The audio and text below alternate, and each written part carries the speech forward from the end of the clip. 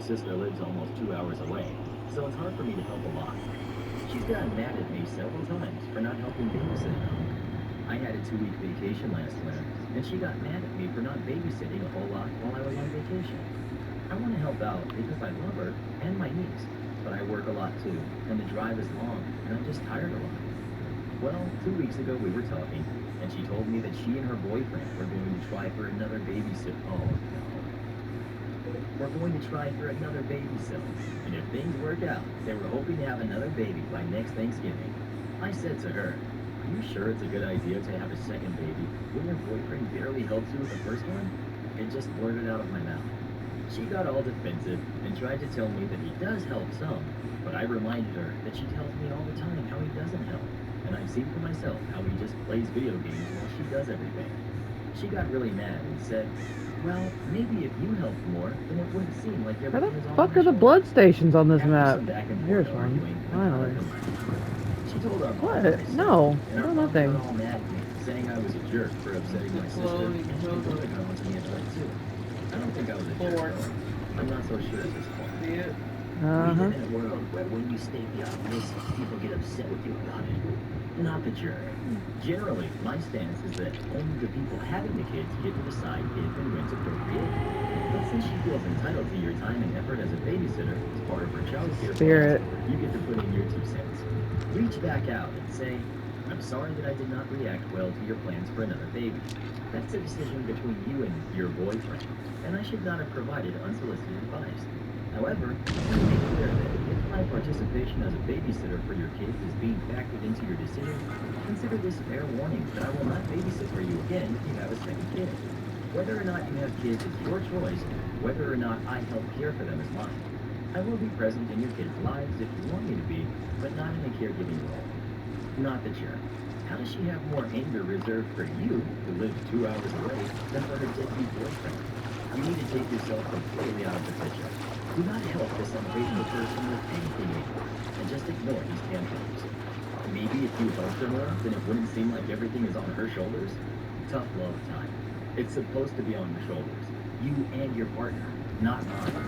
You will be taking care of your kid by yourself from here on out. Then, if you want another baby, knock yourself out. Not the jerk. And immediately stop supporting her. She's using you, and she's not going to get it unless she figures it out for herself. It's a mercy to her for you to stop providing for her. She needs to learn. You're the jerk. This isn't your call. But you don't have to be an enabler either. You created a scenario where the true impact of her decision, having a baby and dealing with a useless boyfriend, really had low consequences because you were always right. Stop it. Apologize and say it really isn't your call and you were wrong to weigh in and be judgmental. From now on, be very busy with your life and see your niece occasionally. Your sister needs to see how her life really is rather than the way that you've made it for her. Remember, no more babysitting. Well, what do you think of the jerk? OP or a sister? Please let us know. Never stay with a deadbeat, and definitely don't have kids with them. It really is a bad idea to make a government employee angry. This one is a double government employee event, and what we should know is that if you get the attention of a government employee and make them angry, that they will make your life miserable. The setup is that I was working for a local county government in the permitting department that handled drainage and floodplain enforcement. I received a complaint from a homeowner, a nice guy, lived next door to a house that was part of an incorporated village. Not a nice guy. Nice guy lived in an unincorporated portion of the county, and hence the call to me as an agent of the county. I drove out to his site to investigate, and I discovered some interesting facts. The permitting agent for the village allowed the incorporated homeowner to fill his lot, affecting the drainage, which caused the unincorporated lot to flood every time there was anything more than a little rain. Nice guy indicated that there was some tension between him and the not nice guy, and part of the issue was that nice guy and his partner were a gay couple. This ran up a red flag for me, but in trying to be impartial, I took the information and some photos for the file and indicated that I would contact the village to find a resolution. I wrote a letter and then called the village inspector, Jack Wagon, to discuss. I was told by Jack Wagon that the village could do as it pleased, and that I could do nothing to stop not nice guy from doing as they pleased, as it was approved by the village. There was then a comment about the type of people making complaints just to cause trouble. I was now on the case, and it was time to make sure everything done on the incorporated lot was 100% legal. At this point, the game certainly was now on, because if there's one thing that grinds my gears, it's bullying. I went back out and spoke to Nice Guy to let them know what I was up to, and also that I was not going to let this slide. I then started investigating the elevations on the two lots and what bill had been placed on the incorporated lot. The not nice guy came out and started getting belligerent about my presence and ongoing investigation. He incorrectly stated that I did not have jurisdiction over his lot and that he would be calling the police. I patiently listened and then pulled out my two-way radio and requested that the home base dispatch both the village and the county police unit to the location. I then indicated that since there was a regulatory floodplain on his lot, I did in fact have jurisdiction, and that I would be exercising my right to determine the impact of his fill activities upon that floodplain. Both of the police units showed up, and I let them know what was going on. They were both appropriately agitated to have to waste their time, and let not nice guy know that I was within my authority to proceed with the investigation. A little while later, while I was measuring things, Jack Wagon showed up. He started berating me about harassing the villager resident, threatening calling my boss and filing a complaint and so forth. I invited him to do so, quoting which parts of the code he should indicate I was violating. I was using marking point to show the limits of the floodplain for the photos for the file, and what do you know? Jack Wagon's shoe got painted when he tried to stop me. Obviously, he was even more angry, as was the homeowner, due to very bright orange paint in the grass in his yard. I pointed out I had done the same on the neighbor's lot, but they just kept complaining. It was actually marking chalk that comes off pretty easy. Interestingly, I found two really wrong things on Not Nice Guy's lot. One, there was fill placed in the floodplain. And two, the garden shed was built on the fill and partially within the floodplain. Both are a big no-no and are actually against federal law. So the course of action had two parts. One, make the incorporated homeowner remove the fill and shed from the floodplain.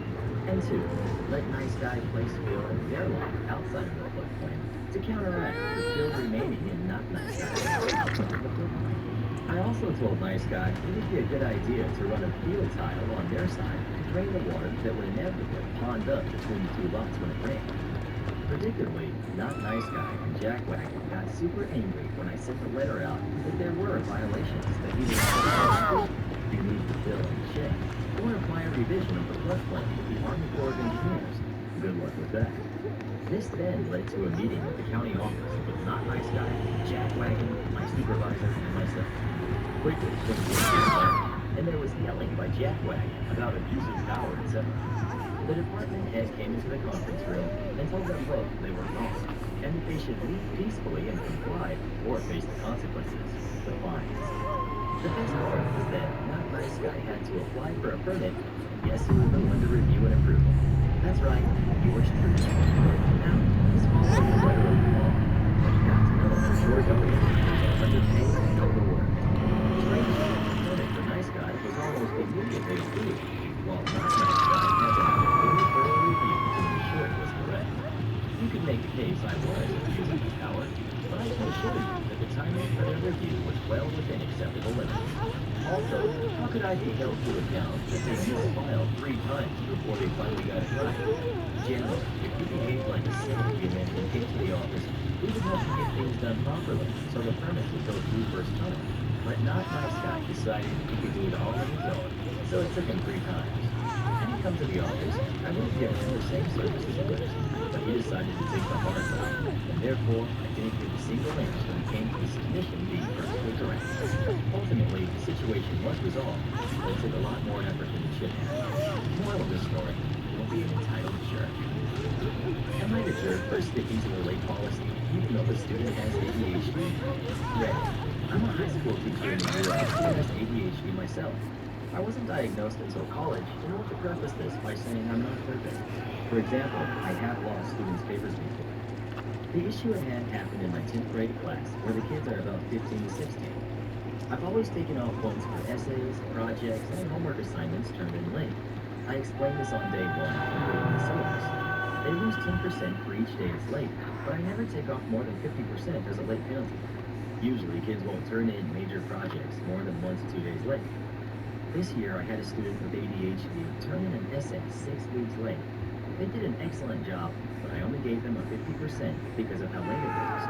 The second essay counted for 30% of their grade for the quarter. However, the student's second essay lost 40% right off the bat for being 4 class days late. About 2 weeks had passed due to the fact my class doesn't meet every day. Weekends, school holidays. This essay didn't do a good job like the first one, but it was a different style of writing. For the first essay, their excuse was that it was done, but they felt like they didn't put their all into it, and they wanted it to be done right. It went above and beyond, and was far longer than it needed to be. I explained, I prefer they turn something in on time, rather than exceed expectations, but turning it in 6 weeks late. The only explanation for the second essay was that they had it saved on a specific computer at home that they didn't have access to. Their previous English teacher never really had much to say about it. The student was typically an A student, but they finished the first quarter of my class with a 67 out of 68, and I bumped them up to a 69.5 because I believed them and it would raise them to a C minus. The student was argumentative about their grade and angry with me, saying it wasn't fair. In my defense, they could still earn an A for the course, but they would essentially have to maintain around a 95% average for the rest of the course, including the midterm and final exams. College is so expensive in the U.S., and I didn't want to affect students' averages over an assignment being a few days late. But I also feel like I'm not truly preparing students for college, university, and the workforce by letting them turn in work when it's convenient for them without consequences. So, I'm the jerk for sticking to my policy of not using it. People keep asking about IEPs and accommodation plans. I work at a private school that offers very little accommodation, and we're not as special as department. We do not offer extended time on long assignments, and we only chunk them into smaller, more manageable courses. We only offer extended time for quizzes and tests. Despite parents being aware of the ADHD, I realize the student hasn't applied, so I will definitely be talking to the guidance counselor. Even though my school doesn't offer extended time, having an IEP on file for when the student goes to college will serve them well. Secondly, I also give class time. I usually get around 2 to 3 hours of class time, like asking questions and peer revisions. Some of them waste their time by talking or going to their phones. I tell them I'm not getting into arguments if they want to waste their time, but I'm